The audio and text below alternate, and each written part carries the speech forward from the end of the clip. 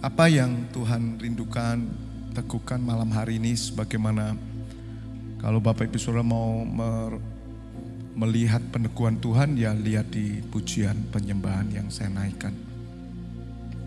Ada dua hal yang Tuhan teguhkan malam hari ini, walaupun sesungguhnya ada banyak yang kita mau sambung ya. Pembahasan kita yang selalu tidak sampai pada ujungnya, tapi it's okay. Yang penting Bapak Ibu Saudara menangkap secara roh, memakan secara rohani ya, makanan rohani ini. Yang pertama, bahwa Tuhan itu suka ya, Bapa, terlebih Tuhan Yesus pemilik gereja. Tuhan Yesus itu senang saudara melihat ketaatan saudara, melihat kesungguhan Bapak Ibu Saudara, dan Tuhan suka.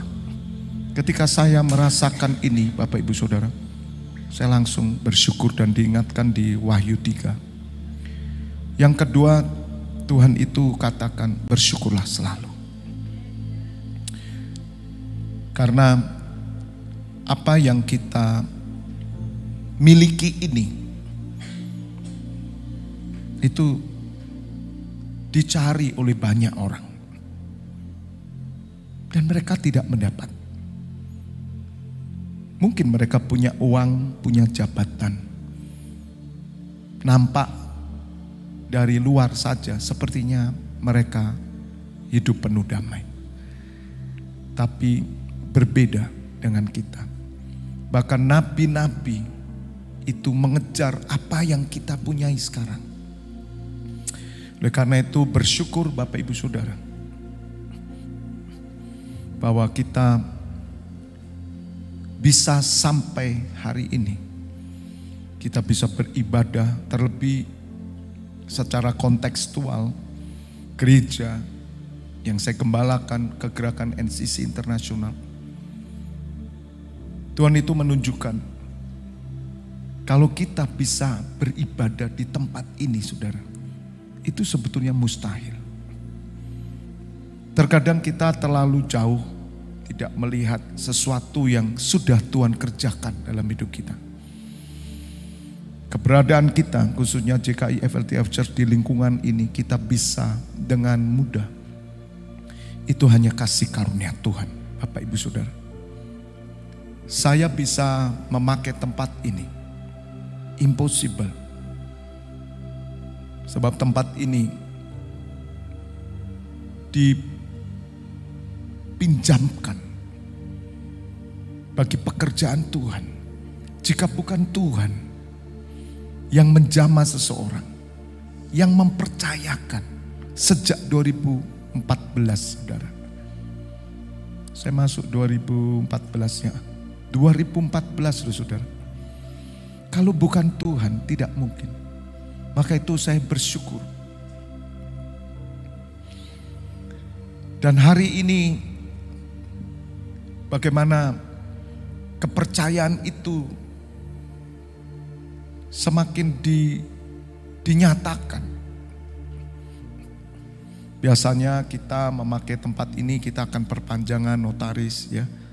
Tapi saya melihat setelah datang ke tempat ini, mereka melihat kok rasanya dari perpanjangan kedua dari 6 tahun.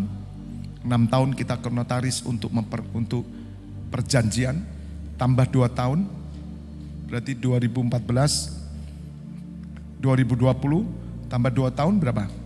2022, ini berapa? 2023, saya juga tidak diajak ke notaris. Karena mereka percaya bahwa di sini ada Tuhan dan kita adalah gereja yang bisa dipercaya. Ini anugerah, kita tidak tahu ke depan, 10 tahun ke depan saudara, kita percaya bahwa kita akan melihat apa yang Tuhan akan nyatakan melalui gerejanya di tempat ini. Maka itu bagian kita hanya bersyukur dan menyenangkan hati Tuhan. Orang Kristen bukan mengikut Tuhan supaya materi, tidak. Kita mengikut Tuhan, kita melayani Tuhan untuk menyenangkan hati Tuhan. Sama seperti ketika Tuhan Yesus bertanya kepada Simon Petrus, "Simon, adakah engkau mengasihi aku?"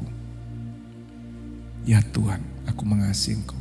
Kapan Tuhan bertanya kepada Simon? Ketika Simon baru menyangkal Tuhan Yesus. Ketika Petrus menyangkal Tuhan Yesus, menangis saudara.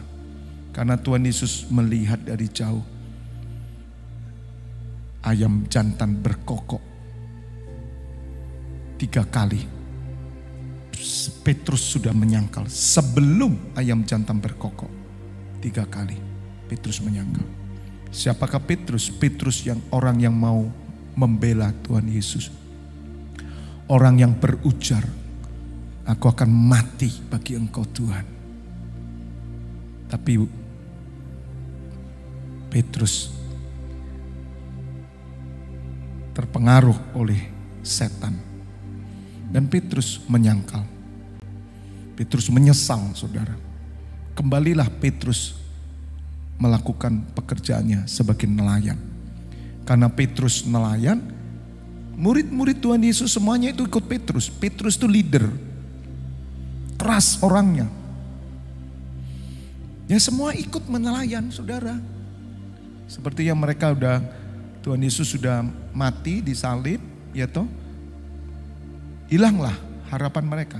Dan fokus mereka kepada dunia lagi. Padahal ketika Tuhan Yesus berkata kepada Simon, Petrus, kamu tidak akan menjala ikan, tapi kamu akan menjala manusia. Ikut aku. Setelah Tuhan Yesus menyatakan mujizat di hadapan Petrus dan murid-muridnya. Karena semalam-malaman mereka tidak mendapatkan ikan. Tapi justru Tuhan Yesus melakukan sesuatu demonstrasi. Demonstrasi yang dia tunjukkan kepada Petrus. Dan murid-murid membuat mereka sujud. Dan berkata, Tuhan ampuni aku orang berdosa. Bapak Ibu Saudara, semakin kau diberkati, semakin kau sadar engkau orang berdosa. Semakin sujud. Dan Petrus akhirnya meninggalkan semuanya. Dan mengikut Tuhan Yesus. Tapi pada masa penampian, pada masa ujian, Petrus gagal, saudara. Bukan rancangan Tuhan loh, Petrus gagal. Yudas juga gagal, tapi Yudas bunuh diri dan mati. Tapi Petrus menyadari, walaupun dia rasa malu, dan Tuhan Yesus bangkit pada hari ketiga, menampakkan diri. Ketika ada di Danau Tiberias, siapa yang dicari lebih dahulu? Petrus, karena Tuhan melihat pertobatan Petrus. Dan Tuhan tahu Petrus ini seorang leader. Murid-muridnya ikut semua Petrus kok. Jadi Petrus ini pemimpin. Dia provokator, bisa memprovokasi orang. Petrus itu punya power di sana. Ketika Tuhan Yesus menampakkan diri di Danau Tiberias dan Tuhan Yesus sudah mempersiapkan itu makanan ikan bakar. Ya. Jadi kesukaan Tuhan Yesus ikan bakar, saudara. Seafood. Tuhan Yesus dari jauh berkata, hai anak-anak, adakah lauk pauk? Mereka mendengar. Yang pertama kali menangkap itu adalah murid yang dikasihnya. Yohanes berkata, itu Tuhan. Saudara, orang yang dekat dengan Tuhan, di dalam situasi yang sukar, dia mendengar suara Tuhan. Petrus malu saudara, tapi ketika Yohanes berkata itu Tuhan, langsung Petrus mengambil baju. Luar biasa saudara. Dia ambil baju, dia terjun ke laut. Sebetulnya saya mikir ngapain ngambil baju terjun ke laut. Kan sudah namanya terjun laut ya udah basah, tapi dia menghormati saudara. Dan tidak bicara apa-apa. Petrus juga tidak bilang Tuhan Yesus ampuni aku, Tuhan Yesus tersungkur, tidak. Malu Petrus. Tidak pantas dia ketemu Tuhan Yesus waktu itu. Tapi justru Tuhan Yesus yang berkata, Simon Petrus, adakah kamu mengasihi aku? Bayangin Bapak Ibu Saudara, kalau saudara baru menyangkal, ya kemudian ditanya begitu, bisa jawab apa? Orang yang menyangkal Tuhan, berbuat dosa, dengan macam dosa, kemudian Tuhan datang, apakah engkau mengasihi aku? Kira-kira bisa jawab gak?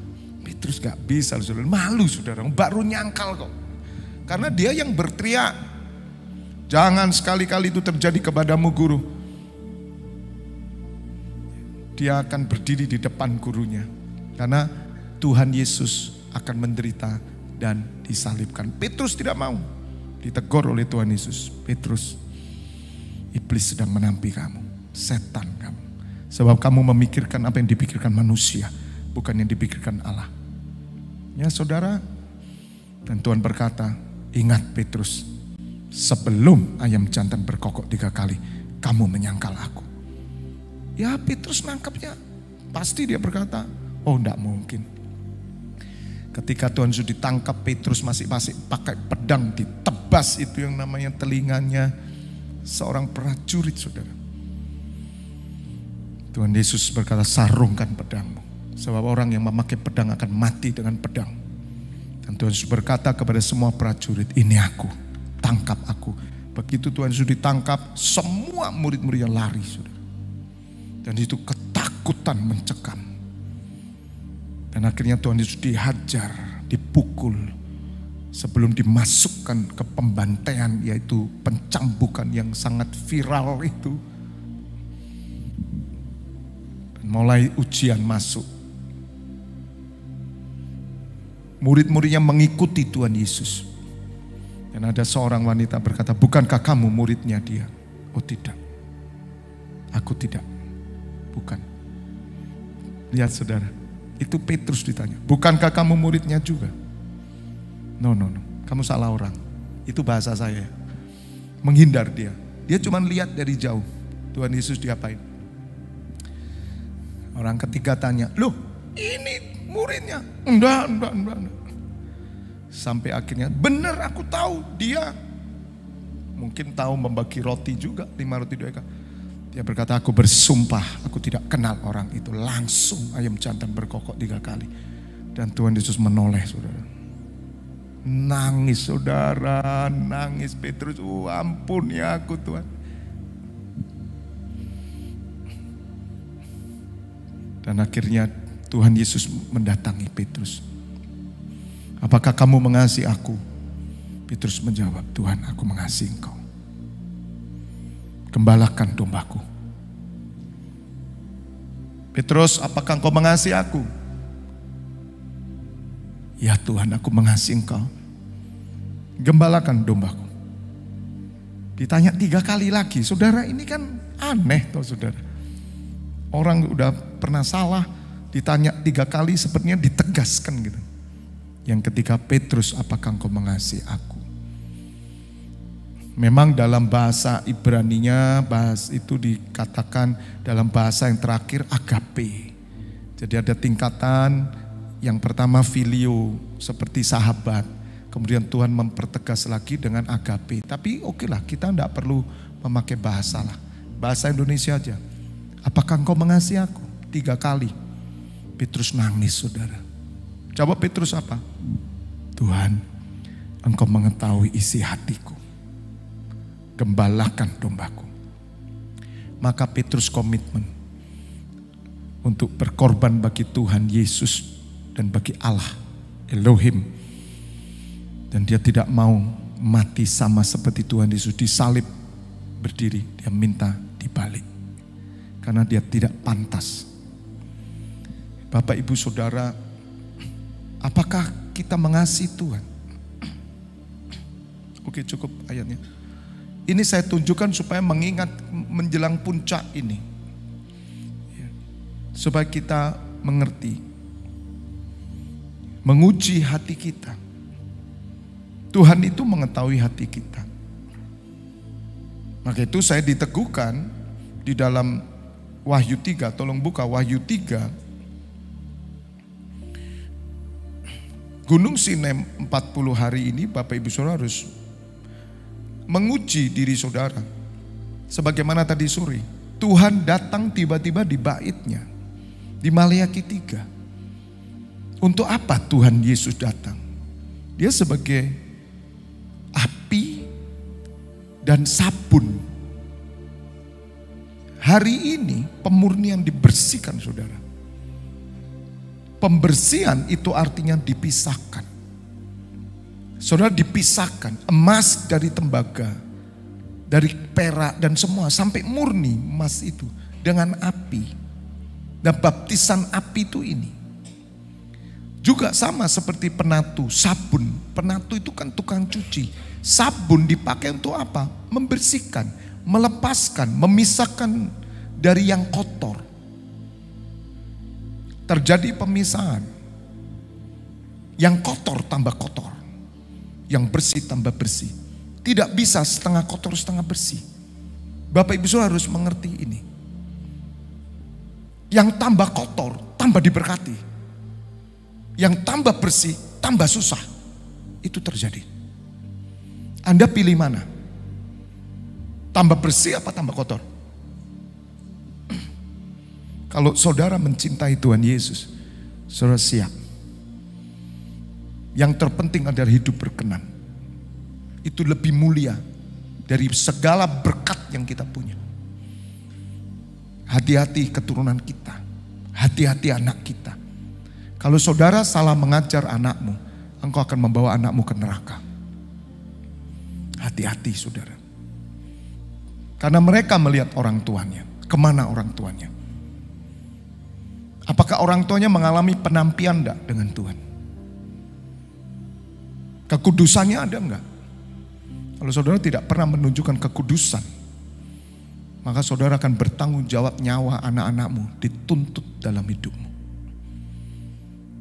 Bukan hanya anakmu saudara, juga orang lain. Karena itu firman Tuhan ada. Kalau saudara membuat orang berdosa, nyawanya dituntut atas kamu. Makanya perlu hati-hati Bapak Ibu Saudara. Hanya orang-orang yang mau naik ke Gunung Sinai, hanya orang-orang yang mengerti ini yang bisa berkata seperti yang saya katakan. Karena Tuhan adalah roh. Dan di mana ada roh Allah, di situ ada kemerdekaan.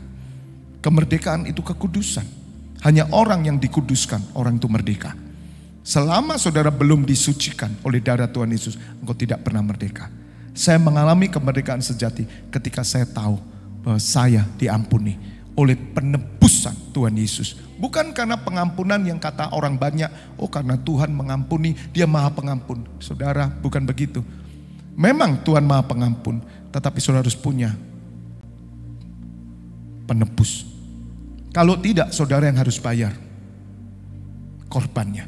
Dan korbannya siapa? Hidupmu. Tuhan Yesus datang, dikorbankan supaya saudara diselamatkan. Supaya saudara dibersihkan. Ketika Allah memberikan putranya, supaya saudara layak, dibersihkan, disucikan. Namun dalam praktek hidup saudara, justru saudara mengotori diri saudara, maka Anda menghina Tuhan Yesus. Makanya Ibrani 4 berkata apa? Ibrani 6. Orang yang sudah mengecap karunia surgawi. Orang yang sudah ada di hadiratku. Tapi dia murtad. Murtad itu bukan meninggalkan Tuhan Yesus saja. Tapi hidup kotor, hidup zina, hidup jahat, hidup keji. Maka tidak ada salib bagi orang itu. Karena mereka menyalibkan Tuhan Yesus dan menghinanya di muka umum. Bapak Ibu Saudara, siapa yang paling marah ketika seorang menghina putranya? Kalau saudara punya anak, orang lain menghina anak saudara, marah enggak? Apalagi anaknya dikorbankan. Sudah dikorbankan, saudara melecehkan anaknya. Saudara, tidak ada pengampunan. Ini loh, jangan main-main. Siapa di sini yang mengasihi Tuhan Yesus? Angkat tangan. Siapa yang mau menghina Tuhan Yesus di muka umum? Angkat tangan. Pasti nggak mau, tapi tanpa sadar toh kita menghina. Coba toh saudara. Kita menghina loh saudara.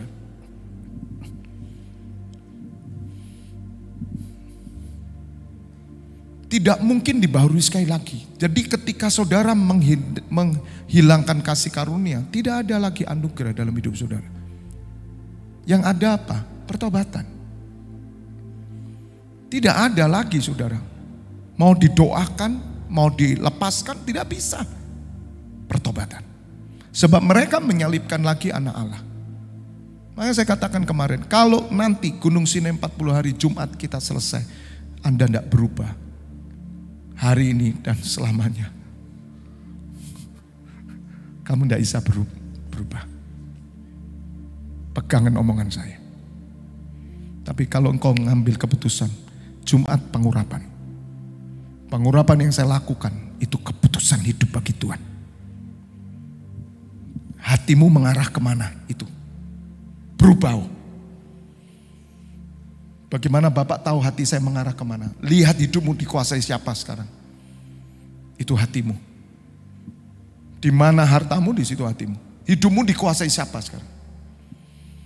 Itu berhala. Kalau hati saudara tertuju kepada Tuhan, itu artinya saudara mengandalkan Tuhan. Maka saudara adalah orang-orang yang disukai Tuhan. Hari Jumat nanti saya minta pengurapan Tuhan. Itu bukan pengurapan kesembuhan. Bukan pengurapan yang lain, tidak. Tapi saudara komitmen hidupku bagi Tuhan. Siap tidak? Jadi semua yang kau lakukan bagi Tuhan. Pekerjaanmu ya bagi Tuhan.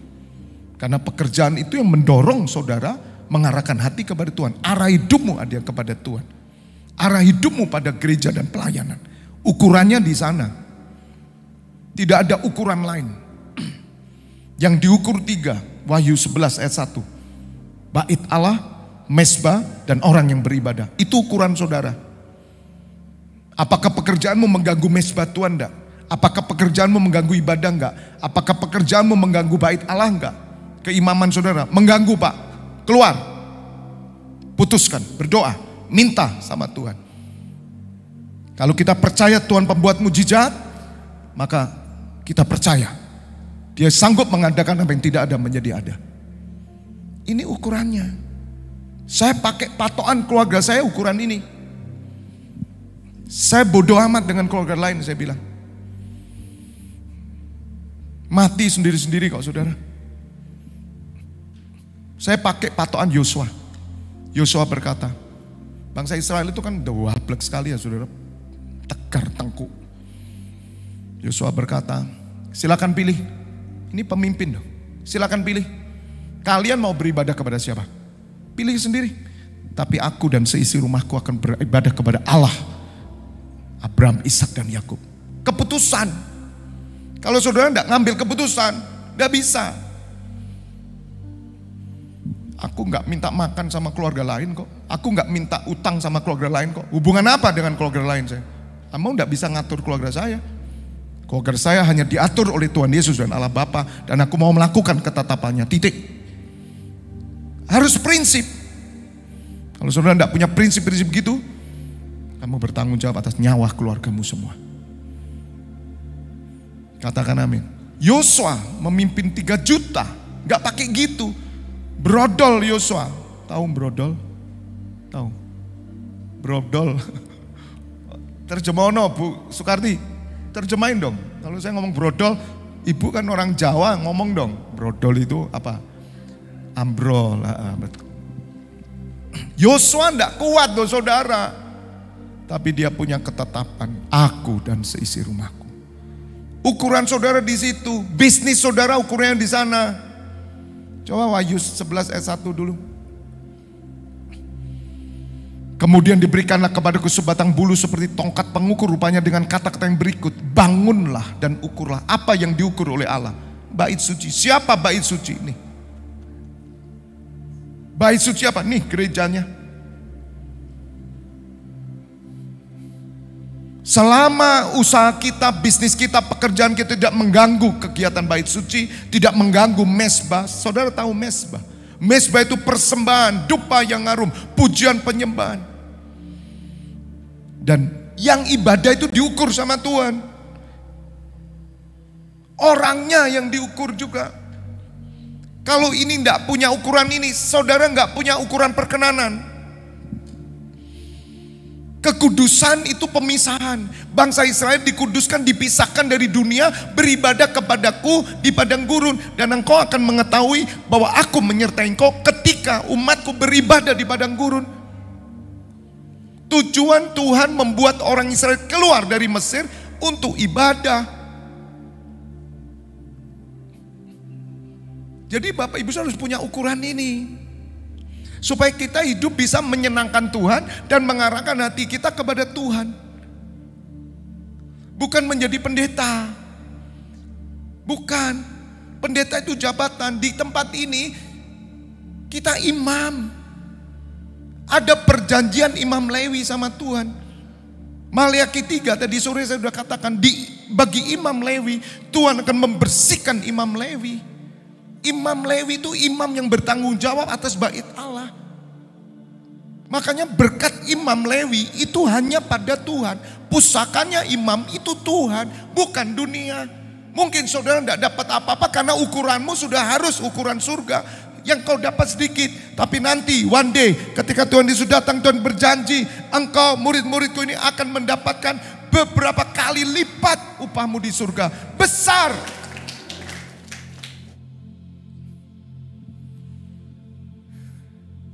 Jangan takut. Itu ukuran sudah paten, saudara. Anak-anak saya kasih tahu, kembangkan usahamu. Tapi jangan lewat ukuran ini. Kalau keluar dari ukuran ini, bukan jatahmu, saya bilang. Katakan amin. Katakan amin. Bukan jatahmu, nak. Kasih orang. Gak usah diambil. Cukup kita. Asal kita punya 3 ukuran ini. Itu yang Tuhan mau. Lah kalau saudara ukurannya ukuran tetanggamu. Tetangga beli kulkas Anda bingung. Tetangga beli mobil Anda bingung. Saudara family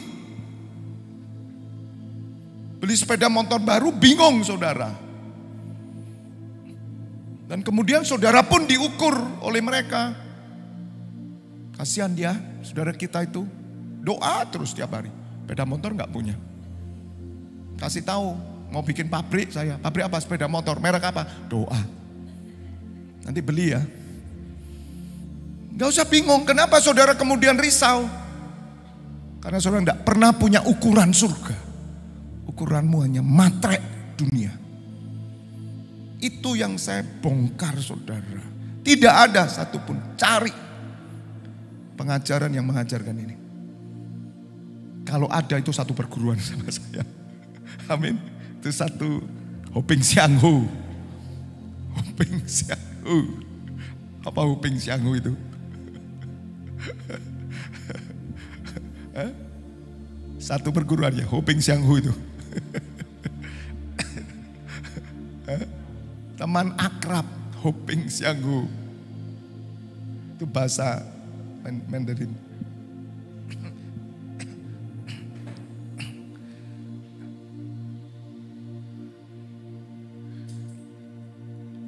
Bagaimana kita menyenangkan hati Tuhan? Karena itu yang Tuhan, dan Tuhan suka. 40 hari ini saudara dilatih, Tuhan suka. Makanya saya tutup ya, Wahyu 3, hanya ayatnya saja. Dan besok saya akan lanjutkan.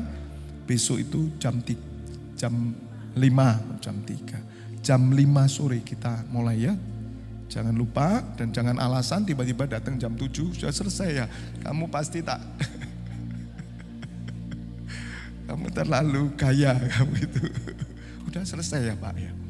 Nanti yang tidak pernah datang itu ya, Selasa, Senin datang ke sini. Kok tidak ada doa? Padahal kita sudah 40 hari toh. Itu biasanya gitu datang. Tidak ada doa ya Pak. Kira-kira jawab apa saya? Apa tidak greget no?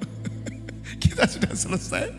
40 hari tidak muncul, tanya, tidak ada doa toh Pak? Loh kayak tidak bersalah. Aduh, kasihan Tuhan, kasihani umatmu ini. Ayat 3, yuk buka. Ayat berapa tadi? Ayat 7. Dan tuliskanlah kepada malaikat jemaat di Philadelphia, ini gereja, inilah firman dari yang kudus, yang benar, yang memegang kunci Daud. Ini yang pegang kunci Daud. Kok enggak kunci Musa ya? Kenapa kok kunci Daud? Kenapa kok pondok Daud? Karena Daud penyembah. Mesbah. Bait Allah penuh pujian penyembahan. Dan orang yang beribadah itu orang yang worship God. Orang yang mengabdi kepada kepada Tuhan, berbakti. Kunci Daud dikasih. Apabila ia membuka, waduh saudara, powerful. Apa ia membuka, tidak ada yang dapat menutup. Apabila ia menutup, tidak ada yang dapat membuka. Otoritas dikasih. Ini Tuhan Yesus punya. Kemudian ayat 8 lihat. Aku tahu segala pekerjaanmu, lihatlah. Aku telah membuka pintu bagimu. Saudara bersiap, pintu-pintu akan dibuka. Amin. Yang tidak dapat ditutup oleh seorang pun. Aku tahu bahwa kekuatanmu tidak seberapa. Ini loh saudara, Tuhan tuh tahu kita lemah. Namun engkau menuruti firman-Ku, itu yang Tuhan suka. Ketaatan, katakan sama saya 1, 2, 3. Taat, bayar harga, taat itu bayar harga. Makanya saudara, saya itu kadang Tuhan, berikanlah mereka itu seperti yang hamba punya Tuhan. Kenapa toh kok sulit toh Tuhan, kok sulit taat toh Tuhan, kok sulit Tuhan. Belajar. Bayar harga. Saudara diberi kemampuan, hikmat untuk mengatur, Anda taat, setia. Apa yang ditetapkan bagi gereja di mana saudara digembalakan, belajar taat. Namun kamu menuruti firman-Ku dan engkau tidak menyangkal nama-Ku. Ayat 9. Lihatlah beberapa orang dari jemaah iblis. Loh, jemaah itu ada yang iblis. Coba lihat kanan kiri, ada enggak jemaah setan di sini? Saya berharap tidak ada loh. Haleluya. Amin, amin.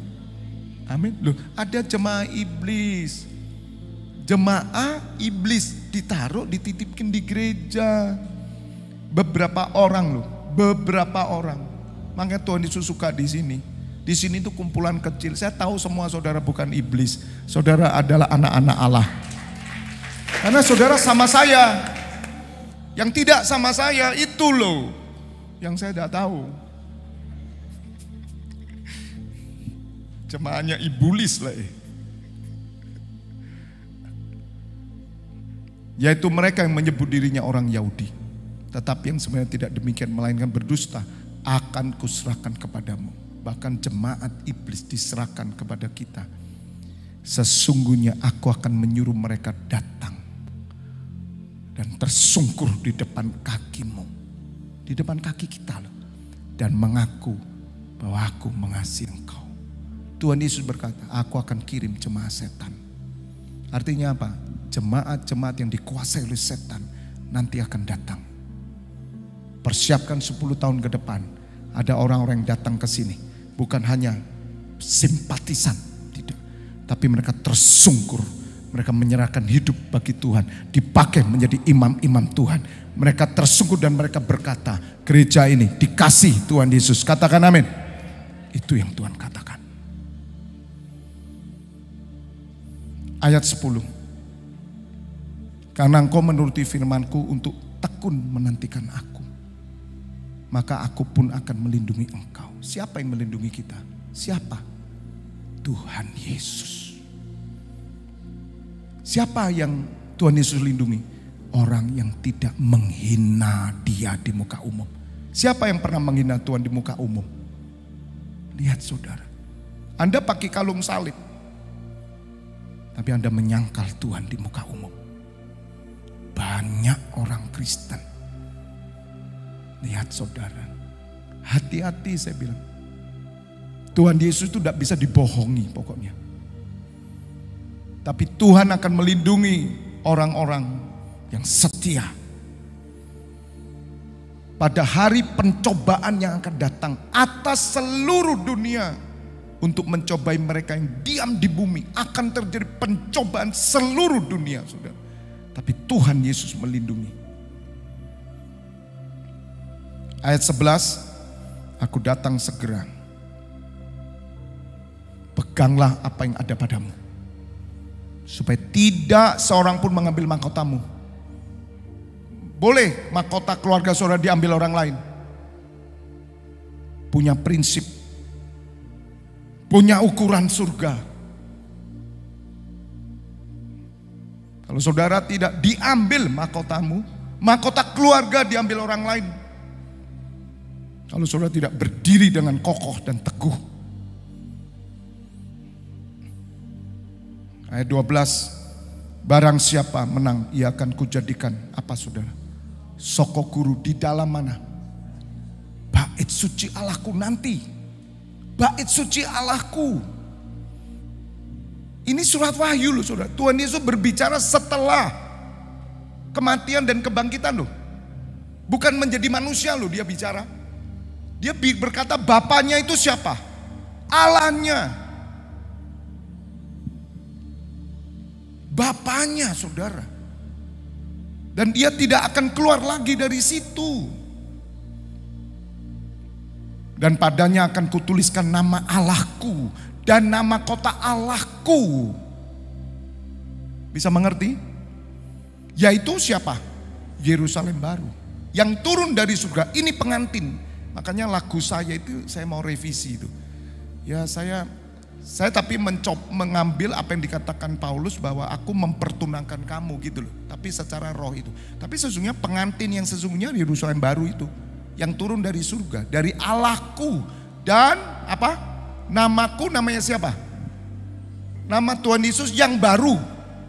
Berarti nanti nama Tuhan Yesus yang baru ada di surga. Bisa ngerti sekarang? Nama Allahku dan namaku yang baru. Siapa yang bisa tahu nanti? Orang-orang yang menang. Siapa orang menang? Setia. Siapa keluarganya yang mau menang? Setia, punya ukuran surga, tidak terpengaruh dunia, bahkan miskin melarat pun siap. Jatahnya memang segitu. Kalau jatahmu memang 10 ambil. Lebih dari situ kau korbankan ibadah, buang. Saya bilang. Orang Jerman bilang tidak paten. Tuhan berkati. Bapa, kami bersyukur. Kami mau menjadi orang yang menyenangkan Engkau dan putramu, serta hati kami terarah kepadamu, kepada putramu. Dan Engkau menyatakan malam hari ini bahwa Engkau mengasihi kami, Engkau menyukai kami. Tuhan Yesus senang dengan umat tempat ini karena mereka setia, taat, walaupun mereka lemah, tidak punya kekuatan apa-apa, tapi mereka sungguh-sungguh. Kiranya apa yang difirmankan malam hari digenapi dalam hidup kami semua. Mahkota kami tidak akan direbut siapapun. Keluarga kami juga. Besok masuk 38 Gunung Sinai Worship. Ya Bapa, kami bersyukur. Persiapkan kami besok jam 5 sore. Dan juga malam hari ini tugas imam 24 pintu gerbang surga tetap berjalan. Biarlah mereka semangat semua ya Bapa. Saat ini Bapak Ibu Saudara, buka kedua tanganmu, terimalah pengurapan minyak dan anggur, persetujuan dengan tubuh dan darah Putra Yesus Kristus yang menyucikan dan menyembuhkan, dan berkat kehidupan turun dalam nama Bapa, Putra dan Roh Kudus. Bapak Ibu Saudara yang sudah menerima berkat Tuhan bersama katakan amin. God bless you all.